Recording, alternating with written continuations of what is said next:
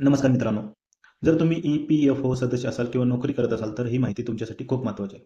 E-P-F-one यू-ए-एन संदर्भातील नियमामध्ये मोठा बदल केला आहे. आता 2 महत्त्वाच्या सेवा वेबसाईटवरून पूर्णपणे बंद करण्यात आल्या आहेत. मग आता कोणती कामे वेबसाईटवर होणार नाहीत, ती कशी करायची आणि उमंग ॲपचा वापर का करावा लागणार आहे? तर चला सविस्तर जाणून घेऊया या व्हिडिओमध्ये.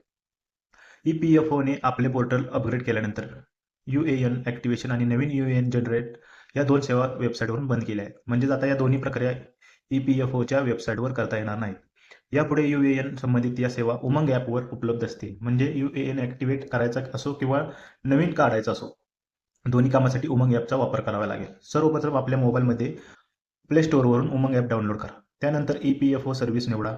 यू-ए-एन ॲक्टिव्हेशनवर क्लिक करा. आधार फेस ऑथेंटिकेशन पूर्ण करा आणि स्क्रीनवर दिलेल्या सूचनांचे पालन करा. त्यानंतर तुमचा यू-ए-एन ॲक्टिव्हेशन पूर्ण होईल.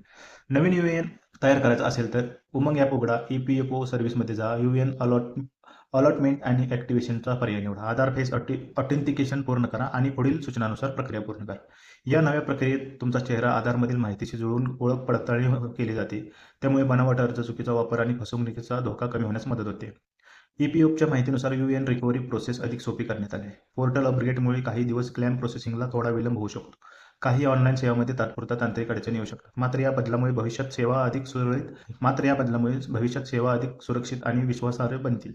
जर तुम्ही ई-एफ-ओ सदस्य असाल, तर यापुढे यू-ए-एन ॲक्टिव्हेशन आणि नवीन यू-ए-एन जनरेट करण्यासाठी उमंग ॲपचा वापर करा. पण या दोन्ही सेवा आता ई-पी-एफ-ओ वेबसाईटवर उपलब्ध नाहीत. म्हणून भविष्यात यू-ए-एन संबंधित कोणतेही महत्त्वाचे काम करताना उमंग ॲप वापरणे आवश्यक आहे. जर तुमच्याकडे आधीपासून वैध यू-ए-एन नंबर असेल, तर नवीन यू-ए-एन तयार करण्याची काही गरज नाही. तर मित्रांनो, या व्हिडिओमध्ये एवढेच. आपल्या YouTube चॅनलला नक्की सबस्क्राईब करा. धन्यवाद.